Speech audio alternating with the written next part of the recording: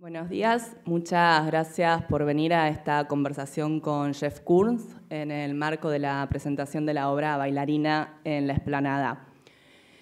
La obra se presenta en el marco del proyecto Explanada de Malva, que ustedes recordarán se inició en el 2001 con la fundación del museo e incluyó obras de Jesús Soto, por ejemplo, Arthur Leyer, Lamela, Sabelo. Se recontinuó en el 2015 con la obra de Leandro Ehrlich, incluye la obra de Jeff Koons y va a continuar también este año con la obra de Alicia Penalba. Para realizar este proyecto contamos con la colaboración especial de FATE.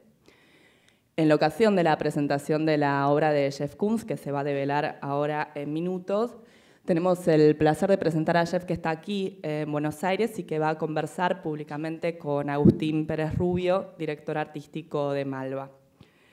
No lo voy a presentar a Jeff Koons. Jeff Koons es ampliamente conocido en Buenos Aires, es una de las figuras centrales del arte contemporáneo desde sus inicios en la década del 80.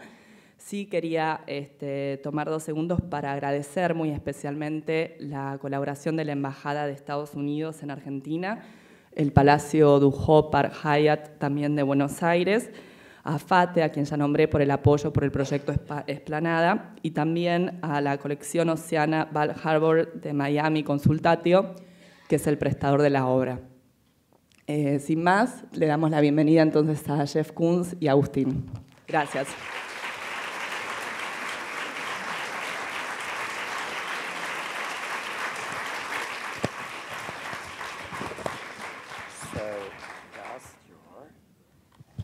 Muy buenos días a todas y a todos. No les veo nada, pero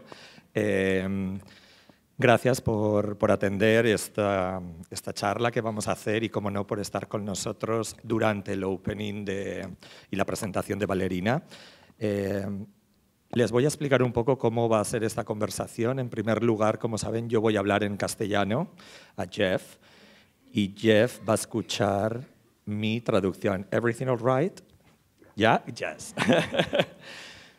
Primero de todo, Jeff, muchísimas gracias de parte de Malva. Ya Eduardo te ha dado personalmente sus gracias por venir, pero como director artístico y junto con todo el equipo de Malva estamos encantados que hayas venido y que seas justamente una de las cosas más atractivas de tener a Jeff aquí, es ver la pasión por la que desarrolla su trabajo, sus inquietudes y su amor por su propia obra, hasta el cuidado máximo, ¿no?, de todo ello.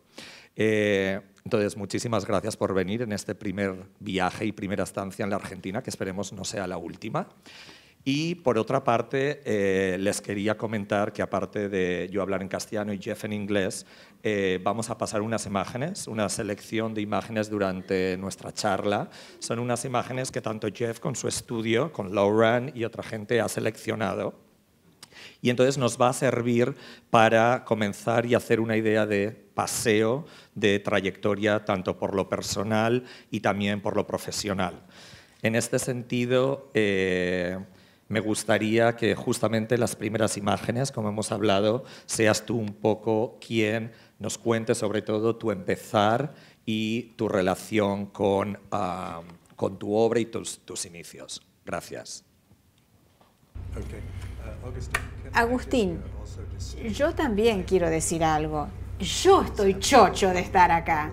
Es maravilloso estar en Buenos Aires, estar acá en el Museo Malva. Es tan significativo para mí significa muchísimo tener esta relación, primero con el señor Costantini y luego a través del señor Costantini con la gente de Buenos Aires. Estoy encantado y espero que mi obra llegue al público de Buenos Aires y que traiga disfrute y también posibilidades futuras de futuras posibilidades, como ya he dicho. Así que estoy encantado. Bueno, vamos a comenzar por esta... No sé bien dónde tengo que pulsar para que esto haga algo. Como siempre, just a second. A ver si es así. Ok. Vamos a empezar quizá esta charla comenzando por tus orígenes. Tus orígenes en York, en Pensilvania, y de una familia donde justamente tu padre tenía una tienda. Y creo que esa idea de Yo también, mi familia tiene tienda de decoración también y de cortinajes y de maneras, y creo que eso, en cierta manera, cambia la percepción estética cuando eres niña, ¿no? Háblanos un poco de esta imagen y de todos tus comienzos. Okay. Bueno, esta imagen es la imagen de Henry J. Koons, mi padre. Este es el frente de la tienda de muebles, la mueblería de mi padre. Mi padre era decorador de interiores, de modo que los muebles los vendía y yo aprendí la cuestión estética de mi padre. También creo que aprendí el disfrute de la gente, en la interacción con la gente, con la comunidad. Mi padre me enseñó a tener una visión. Y cuando él diseñaba en la casa de alguien, el hogar, empezaba con papel y ahí ponía todo en papel, diseñaba el tamaño exacto de la silla, las dimensiones del sofá, el tamaño de la lámpara, y me mostró que si uno tiene visión, se puede hacer cualquier cosa y uno puede adelantarse y anticiparse al resultado final. Así que le agradezco tanto a mi padre por eso. Mi padre también fue mi primer comerciante, de modo que allí mismo, ven ustedes que hay como estos grabados más decorativos, ahí es donde mi papá mostraba mi trabajo. Entonces aprendí esta sensación de apoyo, de compromiso, que fue lo tan importante en la vida, fue poder seguir mis sueños, seguir mi pasión y no preocuparme por nada más. Ya vendrá el resto, si uno realmente está comprometido con el trabajo. Esta imagen es primordial para entender gran parte del trabajo, porque creo que justamente en lo que vamos a seguir viendo en otras piezas, en esta idea de las vitrinas, de los productos o los objetos que Jeff hace donde realmente le importa a la gente más que el objeto, pero donde hay una idea que creo que recorre también todo el trabajo, que es el deseo. Es decir, como visitante, como comprador, tienes ese deseo. La pulsión siempre recorre parte de tu obra. Antes de cambiar la imagen, volvamos atrás un momentito. Otra cosa, ¿saben?, importante de esta imagen del negocio de mi padre, es que estos objetos, la verdad, se muestran a sí mismos, ¿no? Esa silla se autoexhibe, la lámpara está allí mostrándose.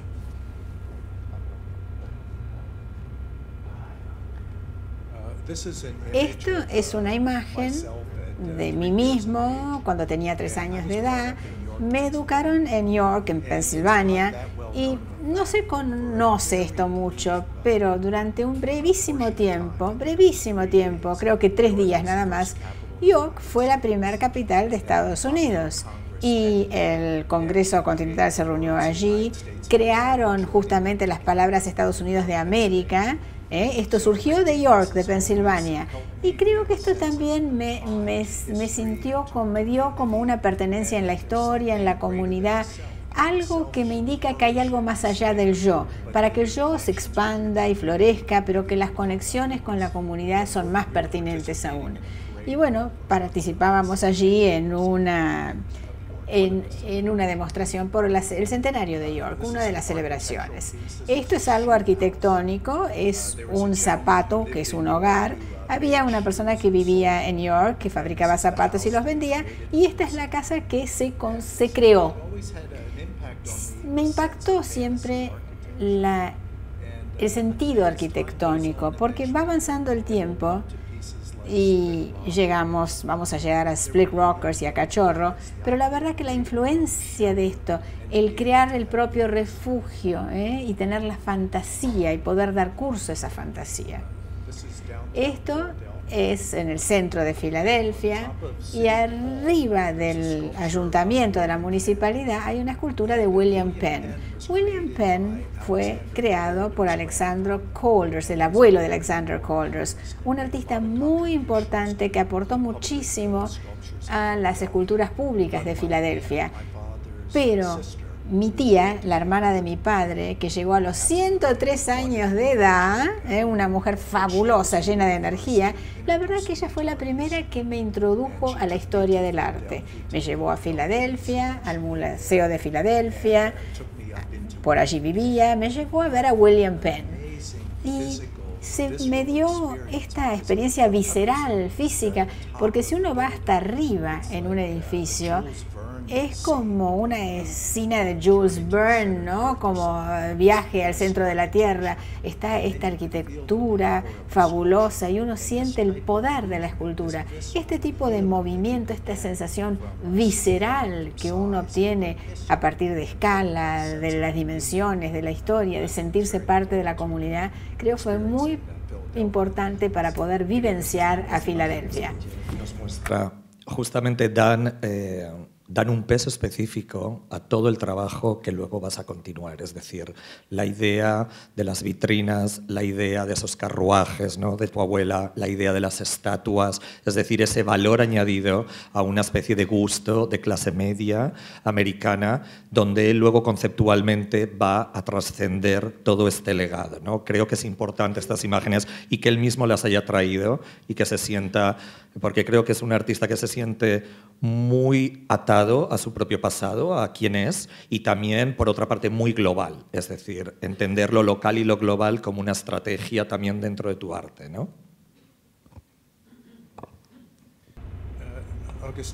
Agustín, me parece a mí que en la colección de Malva, no sé el nombre del artista ahora, pero tienen esta imagen. Tarsila de Amaral. Sí, justamente, Tarsila de Amaral. Entonces, viendo esas imágenes que yo... Perdón, la familia obrera, The Workers' Family. Oscar Boni, la familia obrera del 68. Ayer estuvimos paseando, enseñándole la colección, y yo le hablaba de la importancia de esa pieza y la relación que tiene con su obra, ¿no? Entonces, yo veo esa imagen, siento esa conexión, y yo siento que viví esa experiencia. Mi papá, mi mamá armaron esta situación en que siempre teníamos como un sentido de movilidad social. Siempre hacíamos cosas interesantes, las vacaciones eran interesantes, eran muy generosos, nos daban experiencia para crear nuestras propias vidas, tener la idea de nuestras propias posibilidades y nuestro propio ser, pero al mismo tiempo siempre sentíamos la participación dentro de un movimiento social, que teníamos un futuro y que el futuro propio lo podíamos crear. Es decir, que yo conecté con esa pieza. Veremos también la conexión que a mí me parece que existe, por ejemplo, en todos los tableaux vivants que Chef ha presentado a lo largo de su carrera, desde Made in Heaven hasta algunas esculturas que tienen esa relación con lo performativo y con presentar esa idea de los personajes también desde un medio fotográfico, etc. Pero eso lo vemos más tarde. Ahora viene una fotografía muy especial, ¿no? Cuéntanos, ¿quién hizo esta foto? Yo saqué la foto, pero como dije, mis antecedentes en la historia del arte vienen de mi tía. Mis padres me expusieron a muchísimas cosas, tomé lecciones de arte desde los 7 años de edad, pero no realmente historia del arte. La historia del arte eventualmente fui a facultades, a talleres y me dio la sensación. Pero yo diría Salvador Dalí, mis padres sabían que me encantaba su trabajo y la razón por la cual me encantaba es que el Dada, el surrealismo, especialmente el surrealismo, tiene que ver con la vida interior, tiene que ver con un viaje hacia adentro y aprender a aceptar el yo. Uno sueña el sueño que tuvo la noche anterior, es decir, es un viaje al interior de la persona.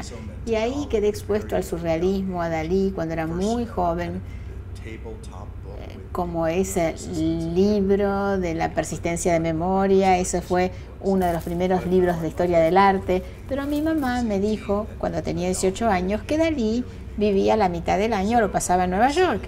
Entonces yo decidí que iba a visitarlo, llamé al Hotel St. Regis, donde él se quedaba, y pregunté, bueno, ¿cuál es la habitación de Salvador Dalí? Y me pasaron, y él contestó. Y le dije, yo soy un artista joven, me encanta su trabajo, me encantaría conocerlo. Y me dijo, bueno, vení a New York este fin de semana, te encuentro en el lobby del hotel al mediodía, y bueno, ahí nos vemos. Así que me subí al ómnibus, me fui a New York, y justo al mediodía bajó. pasamos del lobby, me dijo, ahí hay una exhibición en el Notebook Gallery, entonces ahí estaba mostrando los hologramas que había hecho con Andrew Cooper, y tenía esta pintura fantástica allí, la cabeza del tigre real, y si uno va para atrás, uno ve que en realidad son 3 cabezas que hay allí, en fin, es una pieza fabulosa. Entonces me dio su tiempo, fue tan generoso, me permitió tomar esta foto. Yo era joven, no sabía cómo hacer con la cámara, él arregló su bigote, me dijo, dale, flaco, apúrate, no tengo todo el día. Pero fue muy generoso, muy generoso. Me parece que la hija de Houseman dice que cuando uno se encontraba con Salvador Dalí, se sentía como que ese era el momento más importante de su vida que estaba compartiendo con vos. Y bueno, usando ese saco de búfalo, ese alfiler de corbata de un brillante, el bigote. Cuando se levantó Dalí a la mañana, le juro, no estaba así el bigote, lo tenía todo caidito. Pero yo siempre fui muy agradecido por su generosidad. Él me hizo sentir que yo podía participar, que yo lo podía hacer, que yo podía ser parte de un grupo de gente que hablaba, que charlaba sobre las posibilidades de la vida y ser parte de algo. Aparte del trabajo de Dalí, ¿qué aprendes del propio personaje? Porque creo que Dalí, dentro de una línea de artistas que han trabajado con su propia imagen como icono, ¿no? Desde Dalí, desde Duchamp haciendo José Lavie, desde Warhol, es decir, hay ahí una línea de conexión entre artistas que no solamente son importantes como artistas a partir del trabajo, sino por su concepción no voy a nombrar el ego, sino de self-promotion o su imagen realmente es importante. ¿Eso te atrajo y aprendiste algo de ahí cuando eras joven? Yo diría que esta autopromoción medio como que se sobredimensiona. A mí me parece que lo importante es que el arte es un vehículo que te puede transformar la vida. Uno puede transformar la propia vida, lo que uno vea, y al mismo tiempo puede transformar a la comunidad. Y ese aspecto de generosidad, en fin, Dalí me parece a mí que lo más importante es que a él le interesaban las experiencias, las vivencias, y luego poder compartirlas, las vivencias propias, con los otros. Creo que era extremadamente generoso. Sí que hay un costado que uno ve a Dalí como Dalí dólares, ¿no? Si uno se mete en todo este tema. Pero la verdad que para mí fue un hombre muy generoso. A los primeros trabajos de Jeff, a estos inflables. Otra anécdota de Dalí que les quiero contar. Con respecto a la generosidad, James Rosencrantz, el artista pop, lo conoció a Dalí y se fueron a almorzar. Bueno, al Club 21 en Nueva York. Se sentaron allí para almorzar, pidieron el almuerzo y cuando llegó lo de Dalí, él había pedido espárragos. Entonces agarró los espárragos y se lo puso en la cabeza. Y como que este espárrago le lo mojaba, ahí estaba, y el líquido empezaba a caerle por la cara. Y así se quedó mientras que almorzaban. Él también fue generoso, ¿no les parece, en ese momento?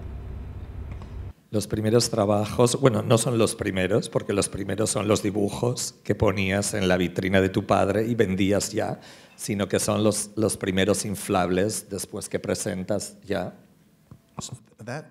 Ese fue mi primer conejo, 1978, 79, y estos son objetos de las tiendas, ¿no? Me atrayeron estos objetos ya fabricados porque es un símbolo de que ya existe todo, ya está todo en el universo, y si uno se abre a todo puede exponerse y uno puede entrar en contacto con todo. Me encantaba trabajar con cosas que ya estaban ahí y empecé a participar en aceptarlo. El conejo, los inflables, todo son metáforas para la gente, son inflables. Si respiramos, bueno, es un signo de optimista, tenemos el centro de la vida. Si exhalamos, es como un signo de la última exhalación de la muerte. Entonces, volvamos un poquito atrás, ¿sí? Ahí el conejo, sí. Cuando yo creé esto, sentí esta intensidad.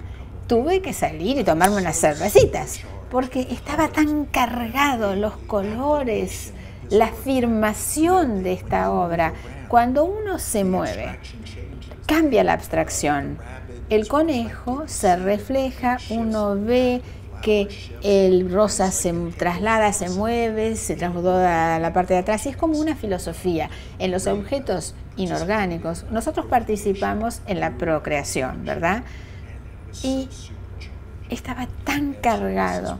Entonces ahí es donde yo empecé realmente a entrar en contacto a las experiencias físicas de mi propio trabajo, y siempre queriendo más, una dosis mayor de este tipo de excitación, de energía, y al mismo tiempo un desarrollo intelectual. Estos trabajos, porque creo que siendo los primeros de Jeff, tienen una coherencia absoluta en lo que vamos a ver hoy. Es decir, creo que es un artista que es muy coherente a sí mismo desde el principio hasta el final.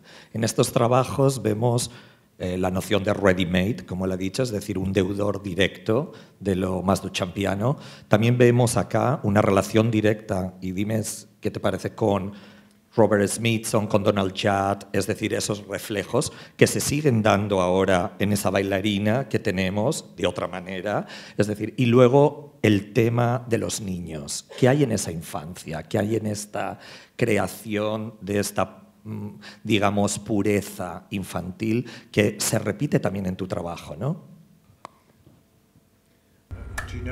¿Se dieron cuenta en la boca? Es como esta situación así. Es como haciendo referencia a tantos niveles de significado. Podría ser el conejito de Playboy, o la resurrección pascual, o alguien directamente hablando, proclamando. A mí lo que me encanta en la juventud es la total aceptación. Los niños están abiertos a todo. Yo me acuerdo tirarme en el pasto, oler el pasto, disfrutar el color del pasto y pensando, verde, verde, qué fabuloso. Y dando vueltas y vueltas mirando el cielo, esto es azul. Es ser abierto y aceptar. Estar abierto a la experiencia, a las vivencias. Cuanto más nos abrimos al mundo, más nos sacamos de encima la ansiedad. Yo creo que a la gente le cuesta abrirse a la vida porque sufren de ansiedad, pero si se aceptan, si se abren, eso nos saca la ansiedad de encima. A otra serie, perdón, que es justamente Pre-New and The New. Aquí tenemos la imagen que formaba parte junto con la exposición que presenta Jeff. Es él con la edad de 3 años, 5 años, 5 years. 4 years. Y este retrato, esta caja de luz, iba también con algunas de estas piezas que son famosamente conocidas como las aspiradoras, y son esta relación entre los niveles mínimos de los, podemos entender, del minimal de Dan Flavin, o de la manera de, junto con la asociación con objetos de uso corrientes por las amas de casa americanas. En esta relación a mí me gustaría hablar de 3 cosas. La primera, de la idea de performatividad y de ser consciente de la posición del artista, ¿no? Es casi elegético que te presentes a ti mismo como el artista, pero con una edad muy temprana. Y segundo, esa relación del mercado digo del middle class market, con esos utensilios que todo el mundo encontraba. Esa especie de el high and low, para mí es como Dan Flavin meets el ama de casa. Cuéntanos un poco en toda esta relación que se hicieron muy famosas en los 80.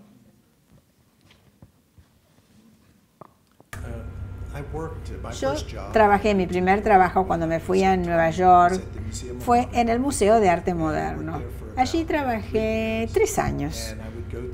Iba a la colección todos los días, me encantaba Duchamp, Nan Ray, y lo que yo quería agregar algo a la idea de lo ya hecho y decidí trabajar con objetos y exhibir la parte nueva.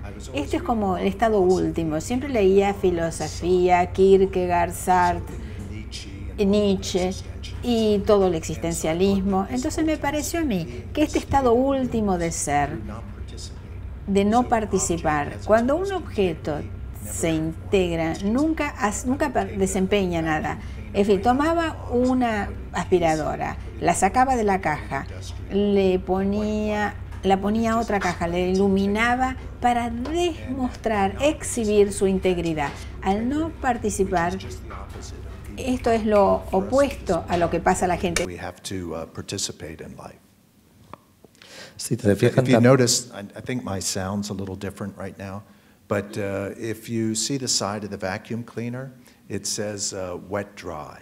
That's like Kierkegaard's either or being and nothingness, Sartre.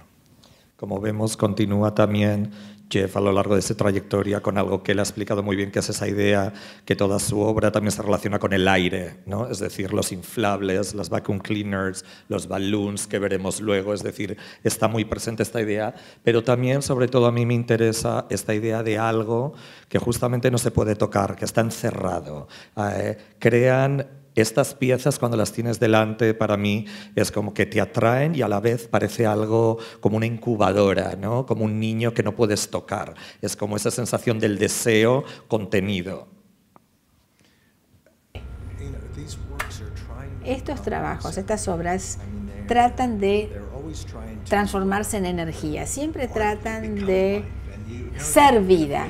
Uno sabe que el arte es la vida, pero sabe que uno va a fallar, que uno nunca va a llegar a lo máximo, pero uno siempre trata. Y estas piezas tratan de introducir una situación gestáltica, el impacto, ¿no? Estamos tratando con la parte interior, los aspectos de la mortandad propia. Entonces ahí se transforma como energía ses. Y ahí también hay una sexualidad en los objetos, lo femenino, lo masculino, y también una jerarquía de la estructura familiar. Es uno de los... tú lo has comentado, otra de las líneas de relación de gran parte de su trabajo, que son las nociones con el sexo, pero que luego veremos, o con la sexualidad también de los niños, la explícita, etc. Luego vamos a comentar. Pasemos a la siguiente serie de trabajos, que para mí es una de las exposiciones más importantes de Jeff y las series, que es Equilibrium.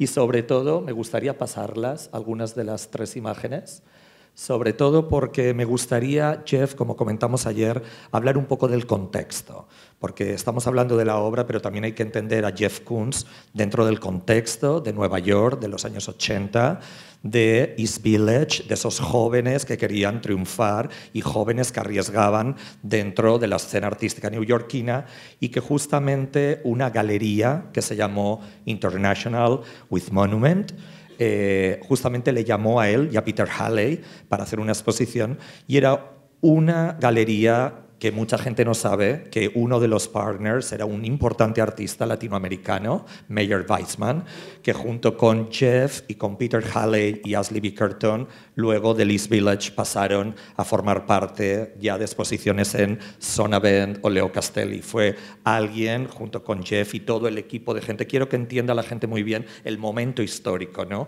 Cuéntanos también sobre la serie y sobre la reacción de ese momento del East Village.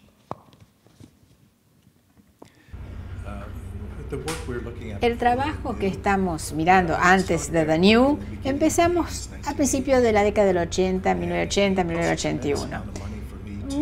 Costó muchísimo, a mí me costaba muchísimo dinero, justamente los ómnibus de dobles y 2 y 3 pisos. Entonces, yo lo que estaba mostrando en galerías comerciales estaban exhibidos, pero mi trabajo nunca se conectaba con el movimiento neo que se daba o con el trabajo que se estaba haciendo. Entonces yo era como un rarito, ¿no? Siempre quedaba de costado, siempre participaba en el mundo artístico del underground, aparecía en lugares distintos o la Sociedad Renaissance de Chicago, en fin, distintas universidades, pero mi trabajo, sí, yo iba a esos lugares, pero mi trabajo siempre estaba como afuera, no estaba en la corriente central, en el mainstream.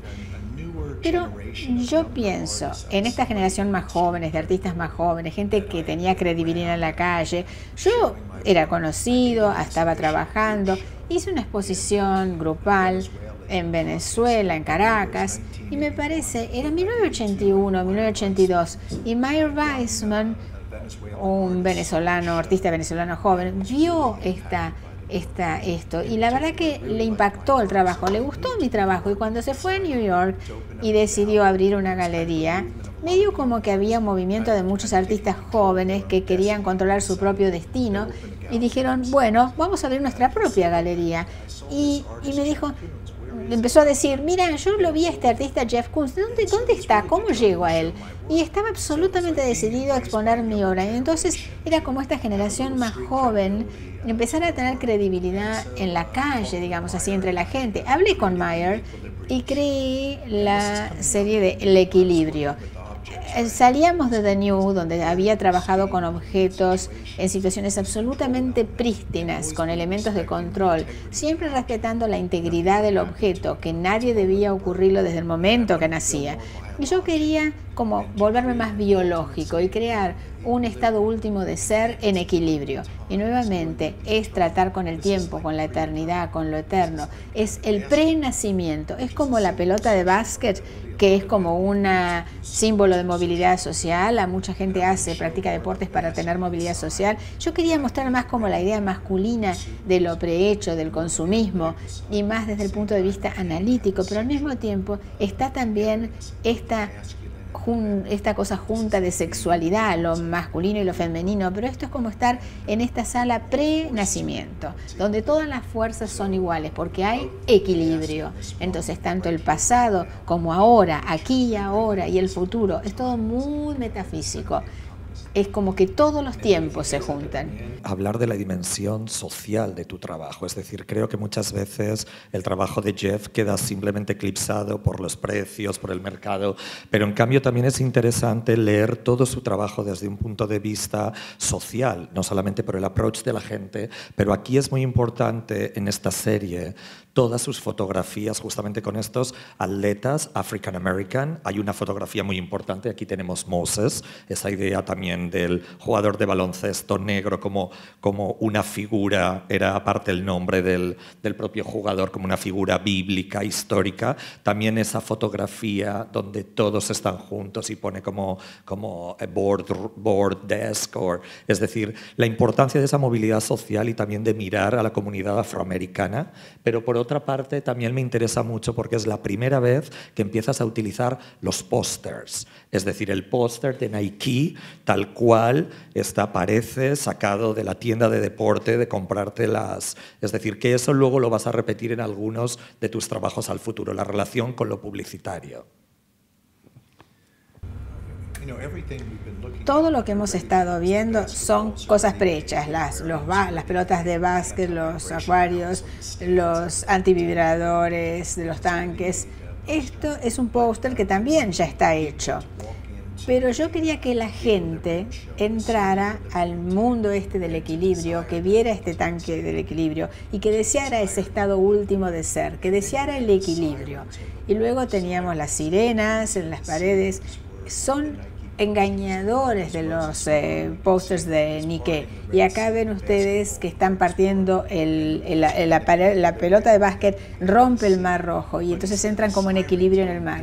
Pero está la sirena que le dice a la gente, yo llegué al equilibrio, ustedes también, búsquenlo, lo van a conseguir. Pero las herramientas para el equilibrio, esta es una herramienta, es una Aqualung de Bronx, es decir, si uno pone el Aqualung que uno buscó y uno trata de lograr el equilibrio, eso te va a llevar más abajo, por ahí te ahoga, pero si te lo sacás de encima volvés a emerger y entonces ves allí un barco y te parece que es la salvación, pero lo agarrás y te lleva para abajo de vuelta. Es decir, es un discurso de arriesgarse, de buscarlo, de ir por eso, hasta el equilibrio. El equilibrio solamente se podía sostener 6 meses por vez, pero yo lo que estaba tratando de decir es que los artistas de clase media blanca estaban usando el arte para sociedad, para movilidad social, como otros grupos étnicos usan el deporte. Y ese póster de Moses podría haber sido yo, podría haber sido un joven judío, cualquier otro otro artista del momento, pero lo que era realmente pertinente era ese mover, ese buscarlo, ir por eso. No donde uno termina, sino el camino que recorre para llegar.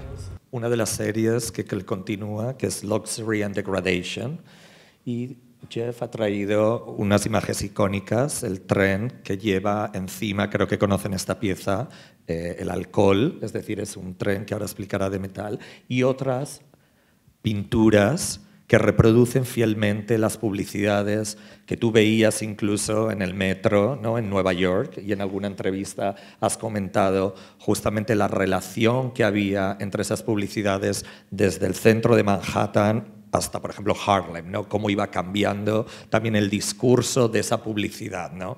Es decir, estos ready-mades convertidos,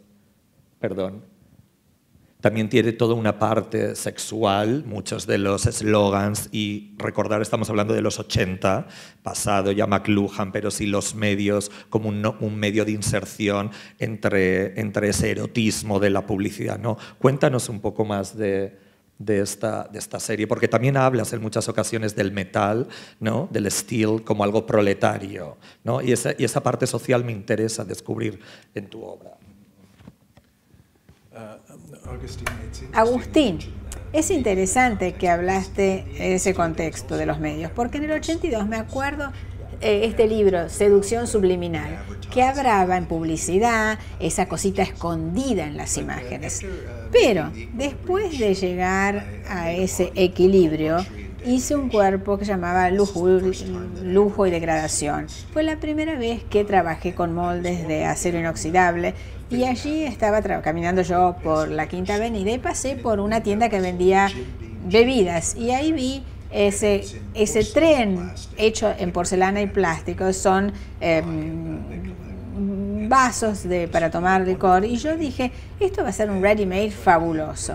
Entonces, lo que realmente fue muy importante en el trabajo, el alma del trabajo, es la bebida espirituosa. ¿Cómo puedo transformar este objeto? Y dije, tendría que ponerlo en acero inoxidable, como patinado, no un material verdaderamente lujurioso, porque es del proletariado, pero yo tenía ese deseo, yo pensaba en platino o plata, pero el trabajo tenía que ver con el potencial, la gente en potencial, la gente abrazándose, la gente dándose poder mutuamente, empoderándose. Entonces decidí tomar esta pieza, me puse en contacto con Jim Beam, transformé la pieza, la hice en acero inoxidable, la patiné y fue la planta de Jim Beam y ahí pusimos el alma nuevamente en la pieza, la llenamos con la bebida espirituosa.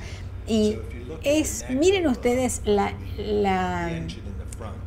locomotora del Ande, vean la chimenea, uno levanta la chimenea, ahí está el sello del impuesto pagado. O por ejemplo, uno va al carruaje de pasajeros y uno siempre ve la estampilla del pago de impuestos. Es decir, que si alguien quería tener una lección de abstracción, por ahí se tomaban el alcohol, sentían la abstracción, pero mataban la pieza si se tomaban el alcohol, ¿no? Mataban el alma de la pieza. Entonces, eso para mí fue un símbolo de la clase media. Y como dijo Agustín, yo medio que me fui al subte de Nueva York y fui desde las áreas más bajas, con menos que ganaban $10,000 o menos por año, y después fui a Grand Central Station, donde está la gente de mayor ingresos, que en ese momento era $45,000. Y bueno, en la parte de publicidad hasta ahí se llegaba, eran los parámetros, las fronteras. Pero uno veía que la abstracción se le daba a la gente con distinto nivel de intensidad. Una persona quería levantarse, tenía que usar los cordones, pero también uno quiere degradación para que sacarle la parte económica, y eso es la persecución del lujo. Es decir,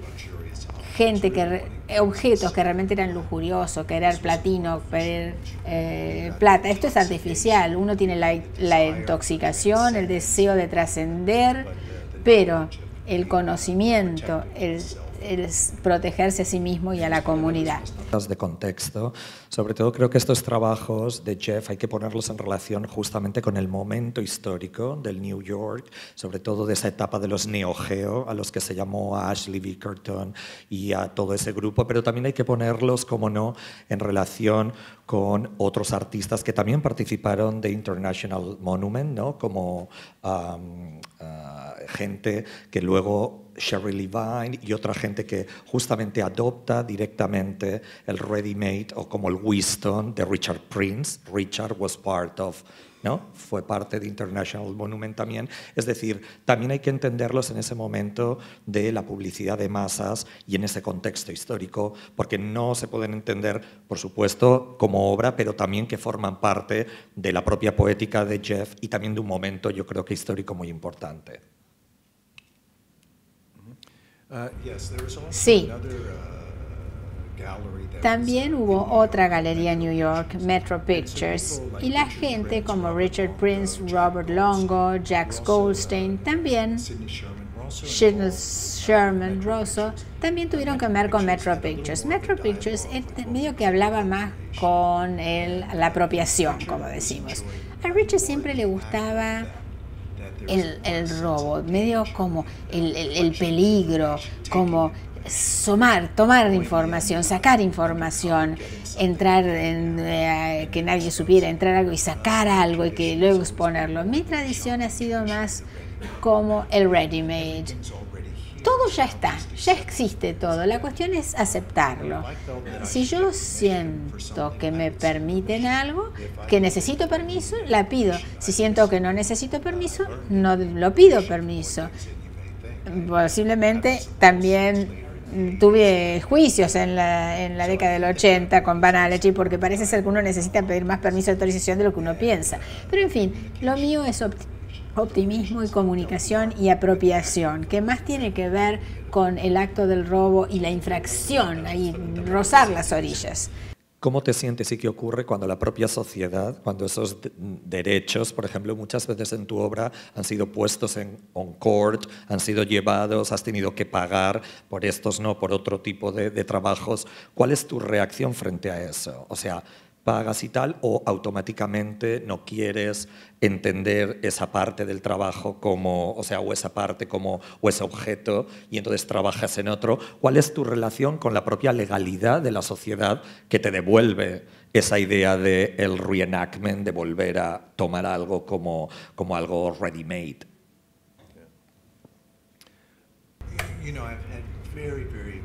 He tenido situaciones poquísimas.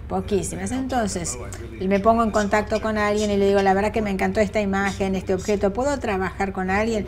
Es poquísimas veces que te dicen que no. Old Grandad, la empresa de licores, en el 66 hice una pieza que se llamaba Travel Bar, ¿no? Bar móvil en viaje, y quería las botellas, y Gordon's y Smirnoff, pero no dice nada con Grandad, entonces nunca llené las botellas, no lo hice. En general la gente te dice que sí, es muy raro que te digan que no. Y uno avanza, si te dicen que no, y bueno, pero es poquísimas veces, 1 en 100 veces alguien te dice que no. Porque la gente se apoya entre sí, básicamente, entiende sus intenciones. Continuamos con una serie clave que es Sanctuary de 1986-87 y aquí Jeff ha traído 2 imágenes icónicas, como no, el Bunny y Kippenberg. No sé si lo pronuncio bien, Kippenberg. Las 2 son icónicas porque creo que Bunny... Kippenberg. Creo que Bunny se convirtió y es una de las imágenes que aún hoy resuena en parte de su trabajo en esa idea que yo hablo de la coherencia, desde los primeros inflables hasta esto, hasta los dog balloons que vamos a ver luego. Pero sobre todo a mí me interesa de esta serie varias cosas. La primera es donde ya empiezas a tomar una no jerarquización de lo estético. Es decir, no hay un tema, las diferentes bustos de la mujer italiana, el Kippenfeld, que era, creo que conocen esa pieza, fue la que Chef presentó para Münster, esta gran bienal que se ocurre cada 10 años en Alemania, y es una figura que es un vendedor ambulante en la ciudad y la transforma en esta gran pieza. Pero luego están los balloons, luego hay pequeñas porcelanas de un doctor pinchando a una chica, casi en algo pícaro. Es decir, los niveles estéticos pueden ir de lo infantil a lo perverso, a la bourgeoisie, a casi esa figura de Luis XVI. Es decir, ¿de qué manera se regula tu relación con esos ready-mades?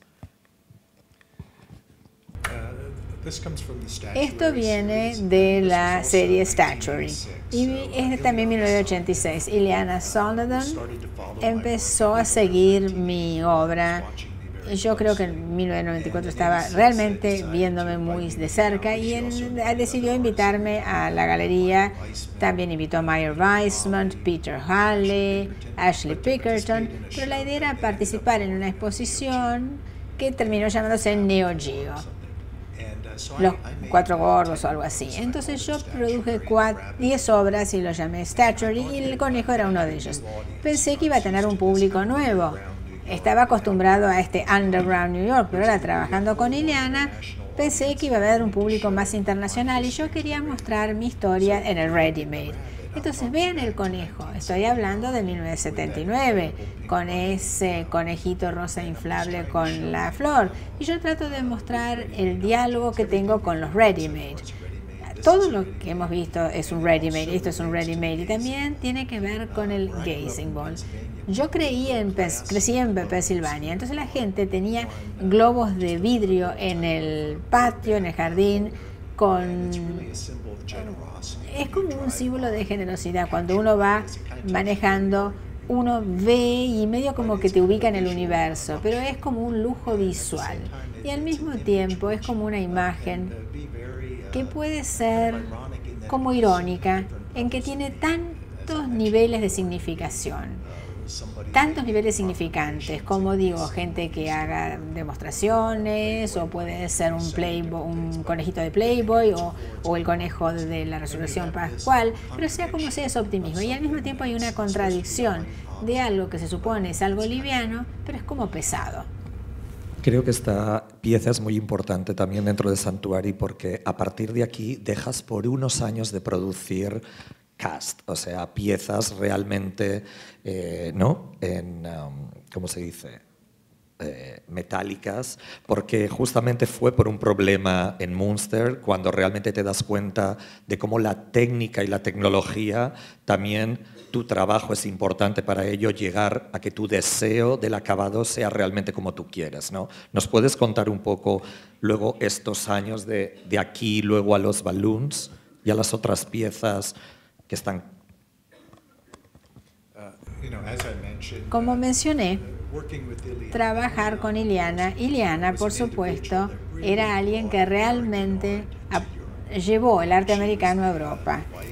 Era la esposa de Leo Castelli, tenían una galería en New York y Ileana tenía una galería en París, así que ella llevaba a Andy Warhol, Jasper Johns, Flaschenberg, y le mostraba a todo el mundo en París lo que estaba ocurriendo. Entonces llevó el arte americano a Europa en la década del 50 y 60.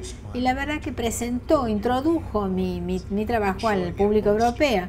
Y en Münster, en 1987, fue algo importante para mí, posiblemente la exposición más importante a la que me invitaron.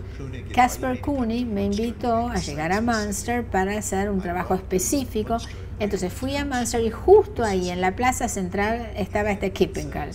Es un símbolo de la propia confianza. Es un hombre que llega al mercado con la valija en la mochila llena de palomas, papas, huevos, todo esto que depende de sí mismo. Él se autoabastece en un tipo de perspectiva campestre. Entonces era esta estatua en la plaza central. Y yo dije, quiero transformar la estatua para ver que ha cambiado la idea de la autosuficiencia. Quiero ponerla en acero inoxidable y patinarla. Y este tipo de Esto te permite que esto está más, sería parte de una iglesia y no de un marco agrario. Pero el bronce original, justamente llevado a acero inoxidable, esto se puso antes de enfriar y entonces se deformó y creó como un Humpty Dumpty, porque una pierna era muy corta y el brazo era muy largo, los conejos acá eran medio 2 o 3 pulgadas cortos. Entonces yo tuve que decidir si salirme de esta exposición tan importante o hacerle una cirugía plástica y rearmar la pieza. Y alguien que siempre respetó todos los aspectos de objeto, es decir, como yo, si trabajara algo con el ready-made, que tenía alguna cosita, yo siempre preservaba lo del objeto, porque todo se trata de aceptar y apreciar la integridad del objeto. Entonces yo decidí hacer cirugía plástica, fuimos a alguien que conocía, un trabajador de acero, él calentaba y le martillaba y estiraba la pierna 4 pulgadas y lo calentaba, martillaba y le abría el pecho. Es decir, este Humpty Dumpty, este grotesco, lo rearmó. Para mí fue un momento liberador. Es decir, que a partir de ahí yo dejé de trabajar con ready-mades y realmente me di cuenta que lo que realmente me preocupaba era la gente, me preocupaba el espectador y su respuesta a la gente, que era realmente el ready-made que a mí me importaba. Y todo este diálogo de esto, de la perfección, de la imperfección propia, de la aceptación dentro del espectador. El objeto era solamente una metáfora. Es decir, que a partir de ahí cambié y empecé a hacer todo a mano. Y llegamos a una de las series más conocidas, Banalidad. Y sobre todo, Jeff ha traído estas 3 piezas, I'm Sharing the Banality, Michael Jackson and Bowie, y Bath. Las 3 junto... perdón. Oh, sorry. No, me estoy... Oh, perdón. A ver, la primera de ellas creo que es muy importante porque vuelve otra vez a tener una relación también con la asunción de la autorrepresentación. El pequeño que se ve al final es el propio Jeff empujando la banalidad. Aparte, a mí me interesa esta serie porque fue una serie muy mediática. Jeff hizo unos advertisements justamente para Forum, del mismo modo que otros artistas, desde Morris, desde Linda Benglis, habían hecho, pero justamente 4 de ellos, que acá en Argentina se pueden ver en la Fundación Clem, el portfolio. Hay una obra, hay una selección de este portfolio, y sobre todo porque tiene esa connotación de lo mediático. En una de esas se ve a Jeff en una clase con niños y en la pizarra pone banalidad, banality as a salvation, ¿no? Banalidad como salvación. ¿Como salvación de qué? Es también la pregunta. Es decir, en ese momento, ¿qué querías justamente transmitir con esta serie de esculturas que van desde pequeñas porcelanas hasta Buster Keaton, desde una mujer duchándose, desde sobre todo varios pupis o elementos que refieren a la infancia, pero también a la vejez, a los animales, etc. Agustín, lo que dije antes, lo que sentí con el Kippenkerl, yo quería ser más específico en mi diálogo con los objetos de arte que hacía. Entonces decidí trabajar en Europa, buscar artistas o artesanos que trabajaban para la iglesia, como empujando banalidad. Los artistas que trabajé estaban tallando santos. Entonces yo quería captar este aspecto de la trascendencia, un material vivo como la madera tiene, pero al mismo tiempo es como una figurita, algo que uno crece con esto y cuando uno es más joven piensa, eso es interesante, o hasta hoy dice, qué bueno, qué interesante, pero uno siente que hay una jerarquía y que uno realmente no lo puede aceptar del todo, que medio como que es la representación de los niveles más altos. Cuando mi diálogo realmente iba a la gente, yo hablaba con la gente, que todo sobre su ser era perfecto. Y dentro donde esté la gente, eso es perfecto. Lo que le pase a la gente es lo perfecto. Se trata desde este momento en adelante. Y esa sensación de la autoaceptación, cuando uno se acepta a sí mismo, uno puede salir del yo, uno es fuerte, confiado, y eso nos lleva a las etapas más altas del ser, a la parte objetiva, que es la aceptación del otro. Es decir, que estas son metáforas de este proceso de salir, y lo que es realmente importante es lo que uno trasciende, esa sensación de trascendencia. De eso es el arte. El valor es la trascendencia. El objeto es solamente un mecanismo, un vehículo que lo lleva a la persona al viaje, pero lo que importa es lo que le pasa al espectador. Aparte de haberla producido en Padova, right, in Italy, it was made in Italy, right? Aparte de eso, ¿piensas que todas estas series tienen una relación, por ejemplo, yo viniendo de España, con lo que es la imaginería religiosa también? Aparte de que está el famoso Leonardo da Vinci, como es San Juan Bautista y otras piezas relativas a lo religioso, pero más en la concepción de cómo la gente mira para aprender un mensaje y sobre todo también en esa idea de la figuración. ¿Piensas que hay y que trasciende esa parte de la trascendencia, tiene que ver con un espíritu religioso?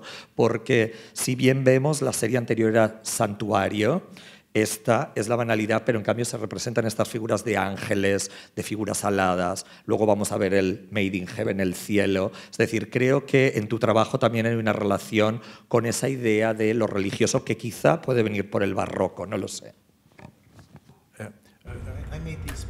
Yo hice estas piezas en St. Org, donde hacen mucho de los tallados para la iglesia, pero está tratando de comunicar la trascendencia. Yo no participo en ninguna religión organizada, pero creo en la trascendencia.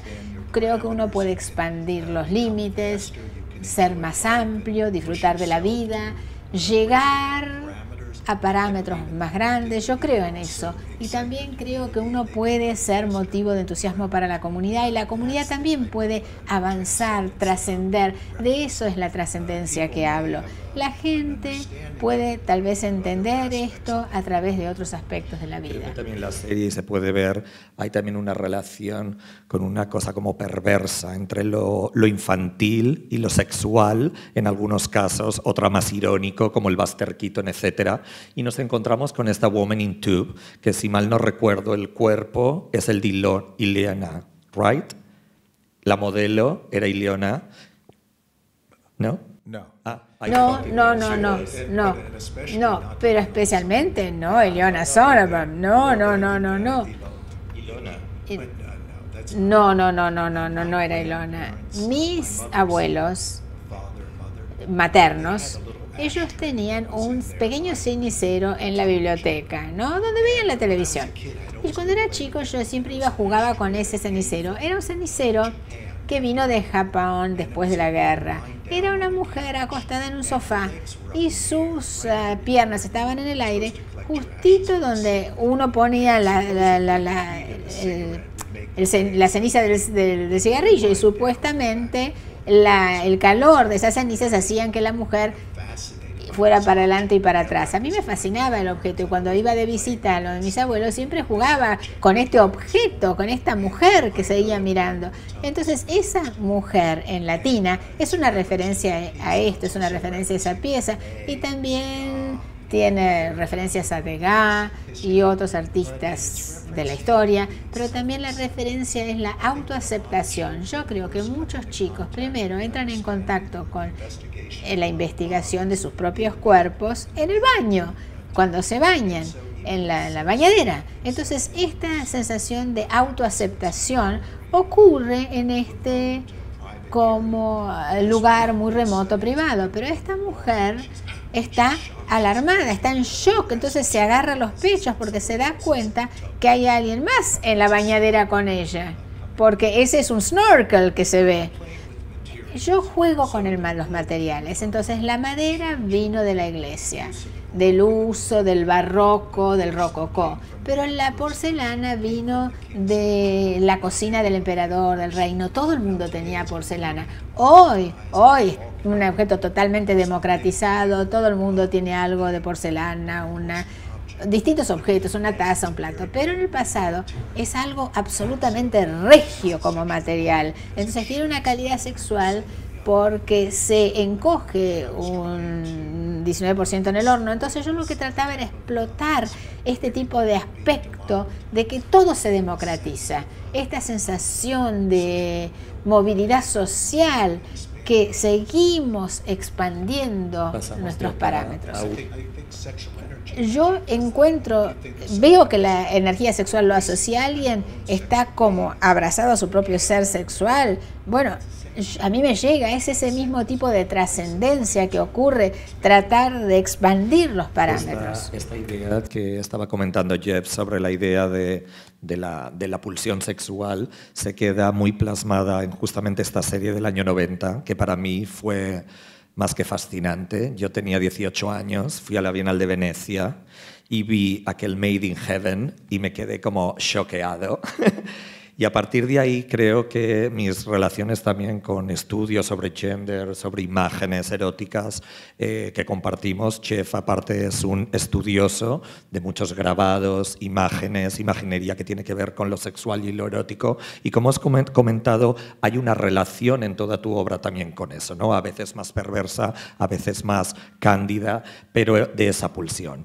A mí me interesa mucho, sobre todo de esta serie Made in Heaven, que la primera obra fue una gran billboard. Otra vez esa idea de mostrar, ¿no?, al otro. Parecía como una imagen promocional de un film que era para la Whitney Biennial o para una exposición en el Whitney, que no se llegó a hacer. Era esa idea y en la que luego trabajaste con quien fue en aquel entonces tu esposa, Elena, conocida acá por todo el público también como Chicholina, y justamente juntos desarrolláis unas imágenes de fuerte carga erótica y sexual, pero a la vez que tú las tomas justamente como eso, como casi abstracciones y como impulsos, ¿no?, que no tienen que ver con lo pornográfico, aunque a veces es bastante complicado separar.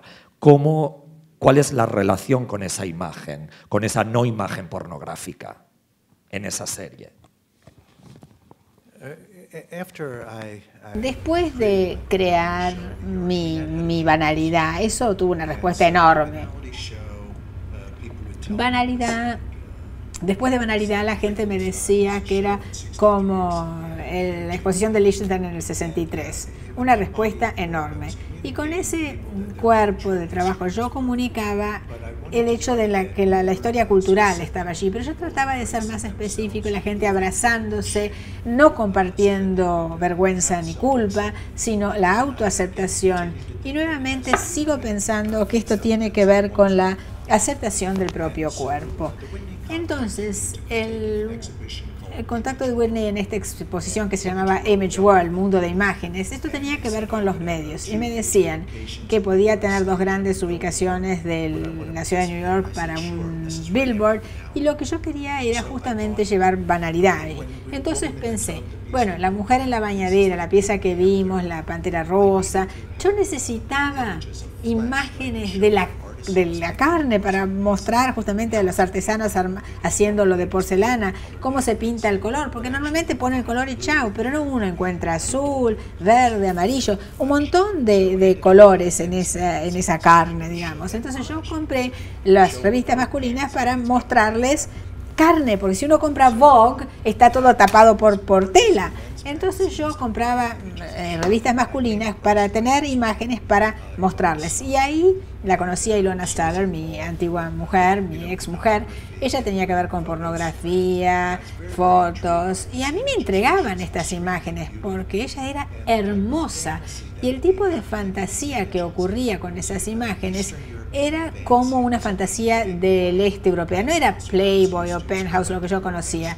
Es como la chica de al lado, ¿no? Si vos ves Playboy, estaría con un bate de béisbol, una pelota y ¡hola!, te diría. No, esto era una fantasía total. esto era que un terremoto y aparecían esas fuerzas que salían del centro de la Tierra. Me intrigó y después aprendí que esta mujer era diputada y la vi en una foto saliendo de una fiesta de lo de Andreotti en la revista Time, y yo hice un collage de eso en una de mis piezas de banalidad llamado Friedeberg. Entonces, yo conocí a esta mujer italiana, esta estrella del porno, esta política del mundo mediático, y yo dije, lo voy a usar como un ready-made. Le voy a usar su fotógrafo, sus escenografías, todo lo que tiene que ver con su imagen. Y yo voy a ir y llegar ahí. Y yo voy a entrar ahí, va a ser como hacer una película. Yo me sentía como un artista del arte, pero los artistas del arte no participan culturalmente. Si uno ve la cultura americana, más tiene que ver con la película, el entretenimiento, lo que se ve es lo socialmente pertinente. Entonces yo pensé, para un artista la mejor forma de entrar a una película sería una porno. Entonces yo pensé, Made in Heaven con Jeff Koons y Chicholina como principales actrices. Nunca hice la película, pero fue la idea que tuve de una película. Contraté a Ilona, fui ahí, me puse en estas posiciones, en sacar las fotos, usando las escenografías, y bueno, coqueteamos. Ella es monísima, divina. Me dijo que quería otra vida y no la pornografía, que se terminó metiendo en porno por la pobreza en su niñez y que quería salir y tener otra vida. Y filosóficamente, dentro de mi trabajo, yo siempre he dicho que todo el mundo es perfecto, que solamente se trata de ese momento para adelante. Y yo acepté a Ilona, nos casamos, tuvimos un hijo. No funcionó por fin, pero yo la amé. Y creo que Made in Heaven realmente es como un símbolo de todo hombre y toda mujer aceptándose y viviendo sin culpa y sin vergüenza. Continuamos y vamos a darnos un poco de prisa porque ya estamos casi sobre la hora. Pero bueno, vienen dos piezas fundamentales. El cachorro es como el final de la serie de Made in Heaven, porque el trabajo medio que se complica en Nueva York, porque algunas de las imágenes y también algunas de las piezas que quiero mucho, pero Cachorro realmente capta lo que a mí me interesaba. Este trabajo con las relaciones, con el control, con lo que importa del control en la vida de cada uno, pero también hay otras áreas donde uno no puede tener el control. Entonces, al armar una pieza de este tipo, hay 60.000 plantas vivientes y cada una es una decisión, pero después uno se va y es cosa de la naturaleza. Algunas piezas van a crecer 60 centímetros para acá, otro grupo va a pasar 100 centímetros para allá. Y es así en la vida, es así con las relaciones. De todos modos, esta obra también tiene mucha relación con el barroco, ¿no? Es decir, el barroco entendido como algo arquitectónico, donde casi el ready-made, y luego también creo que en todo tu trabajo hay una relación muy fuerte con el landscape, con el gardening, con las plantas. Vemos el Pluto y Proserpina, que lo veremos luego, que tiene plantas. Muchas de sus obras, incluso que están ahora en aluminio, en steel, tienen también esa relación con la natural, ¿no? Ese doble juego, ¿no? Tenemos el Easy. Esto es como ver esa casa, ese zapato casa, esa arquitectura fantasiosa. Acá hay dos cabezas como un caballito, uno es un dinosaurio y el otro es un pony. Tomé estos dos perfiles, los junté y donde los perfiles no son compatibles, ven este cielo. Fan, ¿no? Dentro de también de anterior al 90, a la mitad de los 90 es cuando Jeff hace Celebración, ¿no? Que es donde gran parte de su trabajo ha sido más conocido, quizá por la famosa venta de estas piezas de los balloons. Yo he tenido la posibilidad de verlo en la casa de Janos Dakis y en otras exposiciones, pero otra vez creo que es muy consecuente con la idea de los niños, con la idea del ready-made, pero acá sí que hay un salto tecnológico, empieza a haber en tu trabajo también, ¿no? Es decir, de las primeras piezas cast a estas grandes masas donde la tecnología, y lo vemos en la propia bailarina, cada vez va siendo parte más fundamental, es decir, son piezas que miran al pasado, pero son piezas que miran al futuro, ¿no? Es decir, a lo tecnológico. Cuéntanos de esta relación también de no solamente de la parte infantil, sino también tu relación con la tecnología, ¿no? Que poco a poco va entrando más directamente en tu trabajo. Este aspecto de la niñez no tiene tanto que ver con la niñez, tiene más que ver con la simplicidad y tiene que ver con la inocencia y el tiempo. La verdad que creo que si uno está en el lecho de muerte, hay cierta claridad que nos sobreviene y tal vez uno pueda darse cuenta ahí, Dios mío, la libertad que he tenido en la vida, todo ahí, ¿por qué no lo vi directamente? Ahí está, paralelo a mí, ¿por qué no me di cuenta? Lo fácil que hubiera sido ejercer esa libertad. Y creo que estas posibilidades están en los lugares más simples. Yo creo que si esto iba a ocurrir, esta revelación, y me gustaría experimentarlo mañana y no en el lecho de muerte, por eso hago las cosas que hago, tratando de ejercer esa libertad.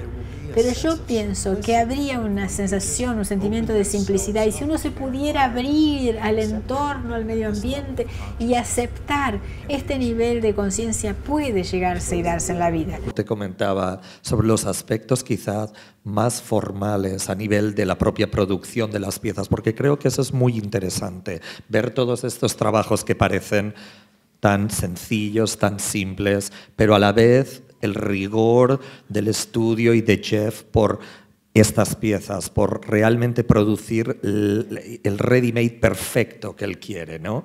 ¿Nos puedes hablar?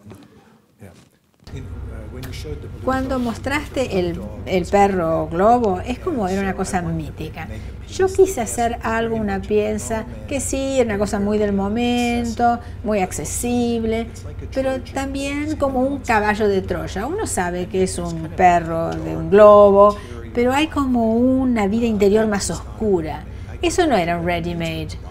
La langosta sí es un ready-made, o el delfín acá sí, donde empecé a trabajar, creo que en el 2003 fue, donde empecé a hacer moldes todos los días de ready-made, de objetos ready-made, ya hechos. Pero para mí el discurso tiene que ver sobre metáforas para la gente. Miren un globo, miren un inflable. Uno piensa en el conejo, en el conejito rosado. La parte interior uno dice, bueno, está vacío.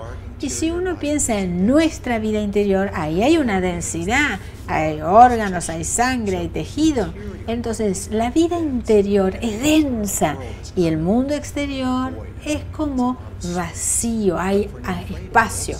Pero para un inflable es al revés, está vacío adentro, y si está vacío adentro, todo pasa por afuera. Lo exterior tiene más densidad y eso te da una sensación de seguridad, porque lo de adentro se transforma en lo de afuera, y creo yo que esto intriga, este aspecto de los inflables. Nuevamente, es como un diálogo filosófico, es como ver distintas polaridades. Y empezando hacia el final, por el tiempo, y llegar a Antiquity, a esta serie a la cual pertenece Bailarina Sentada, que está ahí fuera, pero me interesan mucho estas imágenes y esta relación con la propia historia del arte. Siempre hemos estado hablando de otros artistas, otros tiempos, otros movimientos, pero creo que es muy importante esta relación desde lo prehistórico, desde estas Madonas, ¿no?, a lo más relacionado justamente con la erótica. Estos son pinturas que también pertenecen, pero es interesante cómo Jeff hace performar a una modelo para sacar esa fotografía que luego reemplazará o estas Venus, y cómo no, esta es Pluto y Proserpina, que fue mostrada justo junto al lado del David de Miguel Ángel en la plaza más importante de Venecia. Cuéntanos sobre cuál es la idea alrededor de Antiquity y si continúas en esta búsqueda de los objetos de las porcelanas, de las esculturas antiguas y en esa relación un poco de esa historia del arte transversal y sobre todo en relación con el espectador. Siempre hablas de esa idea del reflejo en todas estas series, ¿no? En estas esculturas.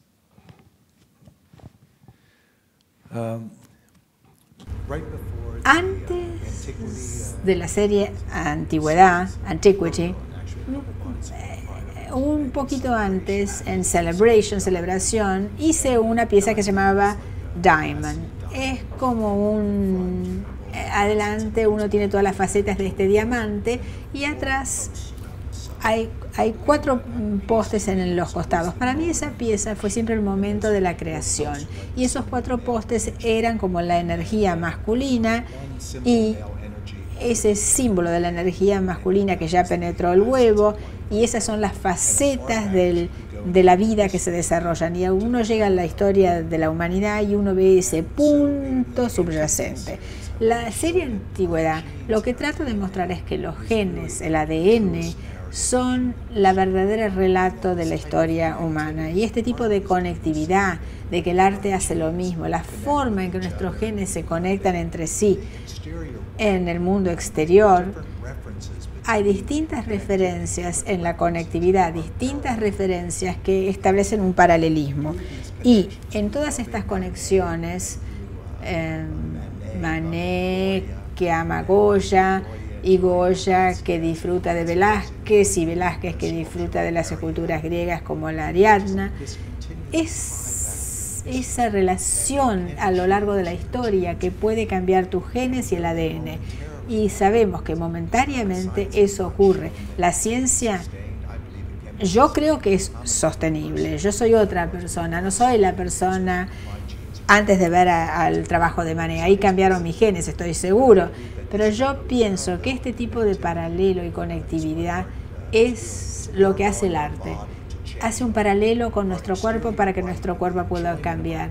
La vida exterior y el disfrute del mundo exterior también están tratando de cambiar el mundo interior. Sentada dentro de esta serie Antiquity y justamente ayer nos comentaba Jeff la importancia también no solamente a nivel conceptual de la pieza, sino también a nivel formal, porque hay nuevas técnicas de producción de ella que han formado parte de este proceso para llegar justamente al ready-made perfecto y a esa idea donde el público, donde ustedes van a poder reflejarse y sobre todo también porque la escultura ahora tiene el color, ¿no? Los colores aproximados de la propia porcelana a la que pertenece, ¿no? ¿Puedes contarnos más del objeto en sí? ¿Cómo lo encuentras?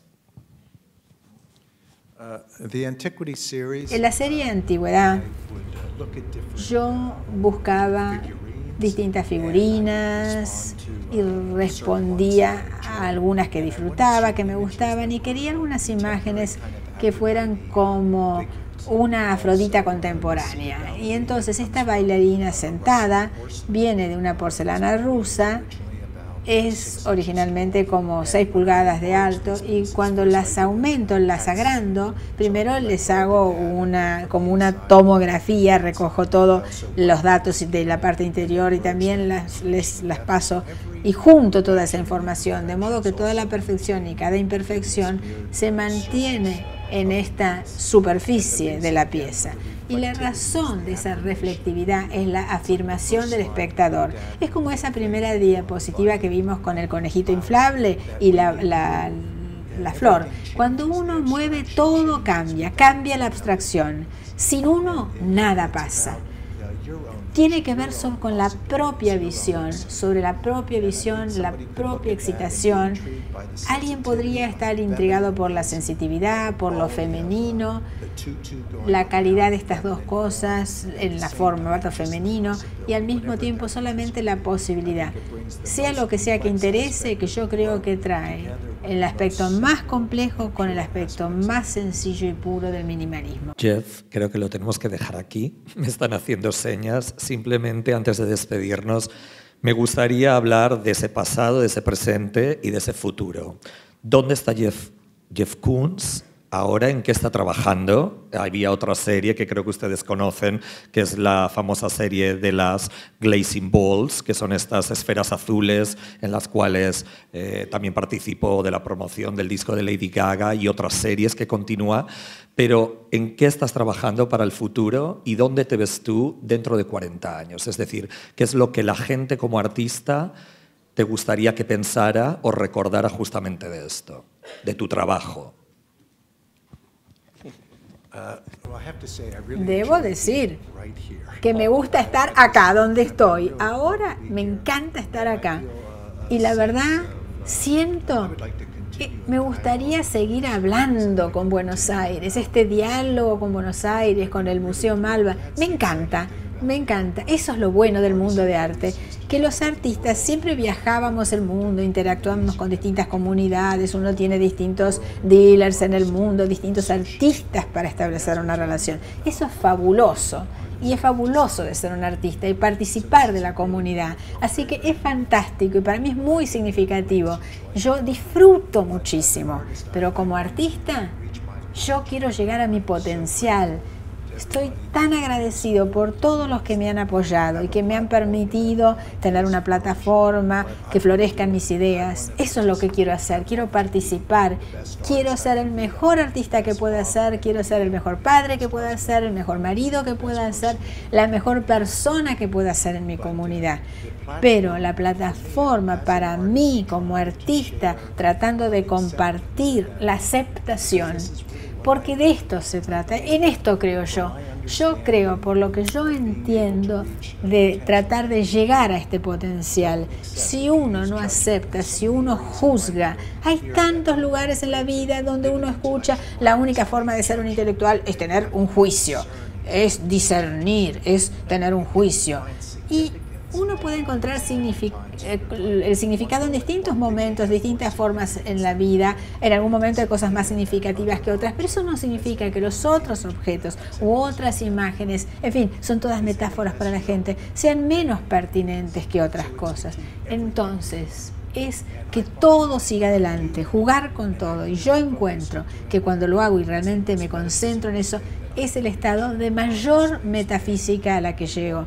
Y uno camina por la calle y todo el mundo parece conocido y uno realmente se conecta con lo universal. Eso quiero, salir de la caverna de Platón. Quiero ser un artista, quiero tratar de alcanzarlo y quiero compartirlo con la comunidad. Ha sido un verdadero placer. Un aplauso.